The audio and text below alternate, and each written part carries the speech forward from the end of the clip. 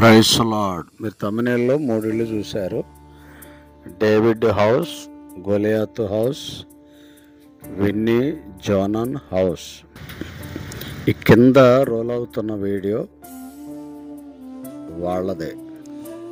ఈ 3 ఇళ్ళు బెన్ను పెట్టుకున్న పేరు ఇది. బెనైటు డే కేర్కి వెళ్ళి వచ్చేటప్పుడు మేమిద్దరం ఆయన 3 ఇళ్ళు చూపించి, ఒకటి గొలియాతు హౌస్, ఒకటి దావీదు హౌస్, ఒకటి విన్నీ జోనన్ హౌస్ అని చెప్పేవాడు.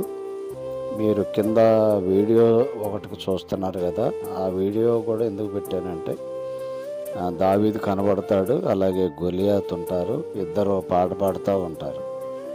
విన్నీ జోనన్ అని వాళ్ళు ఈ క్రిస్టియన్ ఇంగ్లీష్ యాక్షన్ సాంగ్స్ చేసి అప్లోడ్ చేస్తూ ఉంటారు. వాళ్ళు పెద్ద ఫేమస్ అన్నమాట. ఆ వీడియోస్ మీరు కూడా చూడవచ్చు.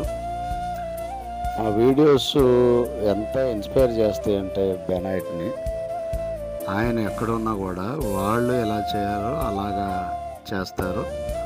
అలాగే బెనైట్ కూడా చేయటానికి ట్రై చేస్తాడు. వాళ్ళు గిటార్ వాయిస్తాడు, ఈయన గిటార్ కావాలంటాడు.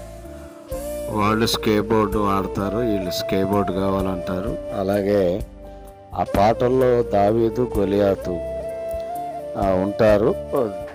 దావీదు గొలియాతుని రాయి తీసుకొని కొట్టే అవన్నీ చూసి నాకు కూడా ఆ యొక్క క్లీన్ షాట్ కావాలన్నప్పుడు మరి మేము ఇక్కడి నుంచి దాన్ని చేసి పంపించాము.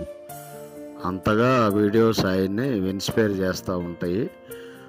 అటు నుంచి ఎప్పుడు వెళ్ళినా కూడా ఇది దావీదు హౌస్, ఇది గొలియాతు హౌస్, ఇది విన్నీ జోనన్ హౌస్ తాతయ్య అని చెప్తారు.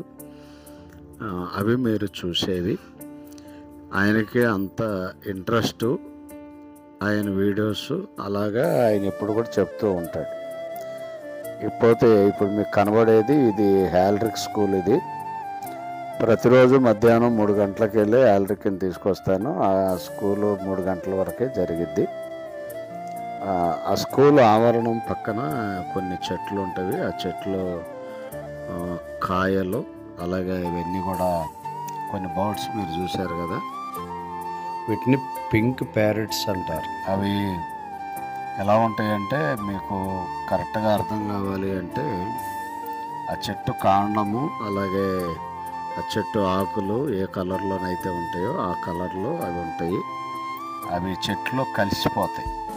అలాంటి బర్డ్స్ అవి లాస్ట్ టైం ఈ వీడియోలో కూడా నేను తీసి పెట్టడం జరిగింది. అందుకనే అవి ఒక్కసారి మీరు చూస్తారని చెప్పేసి మరలా నేను తీశాను. ఆ చెట్టు మీదకి వెళ్ళినప్పుడు చూస్తే ఆ చెట్లో కలిసిపోతాయి. ఆకులు కలర్లో మెడ దగ్గర, అలాగే చెట్టు మొదలు కాండం కలర్లో ఆ యొక్క రెక్కలు ఈకలు అన్నీ కూడా ఉంటాయి. అది బాగుంటుంది. మన దగ్గర అవి కనబడవు, అందుకనే మీకు అవి తీసి అప్లోడ్ చేయటం జరుగుతుంది. చాలా బాగుంటాయి, అంటే సిమిలర్గా ఉంటాయి, దానికోసమే అవి పెట్టడం జరుగుతుందంట. ఇకపోతే మీకు ఇక్కడ ఒక చెట్టు కనపడుతుంది. దీని నిండా కాయలు ఉన్నవి. మేము ఇద్దరం, క్రిస్టఫర్ గారు నేను ఇద్దరం కలిసి ఒక ప్లేస్కి వెళ్ళినప్పుడు అక్కడ షాపింగ్ మాల్ బయట ఈ చెట్టు ఉంది, పార్కింగ్ ప్లేస్లో. ఆ చెట్టుకి విపరీతమైన కాయలు ఉన్నాయి. అవి మరి ఏం కాయాలో మనకు తెలియదు. అది ఆస్ట్రేలియా కదా, అక్కడ ఏమంటారో వాటిని తింటారో తినరో కూడా తెలియదు. కానీ ఆ కాయలు అవన్నీ కూడా చెట్టు నిండా ఉన్నాయి. చూడటానికి చాలా అందంగా ఉంది కాబట్టి అవి కూడా తీసి అప్లోడ్ చేయటం జరిగింది. అది ఇప్పుడు మీరు చూస్తున్న ఆ చెట్టు కాయలు అన్నమాట.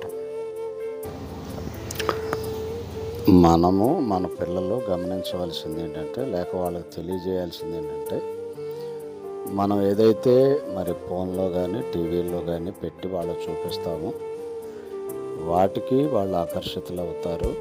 అవే కావాలని చెప్పేసి వాళ్ళు అడుగుతూ ఉంటారు.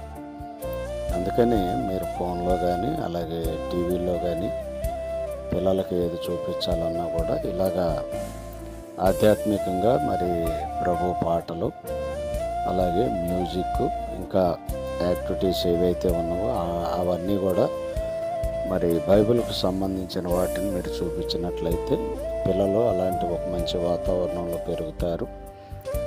భవిష్యత్తులో వాళ్ళు మంచి స్పీకర్స్ గాను, అలాగే వర్షిప్ లీడర్స్ గాను,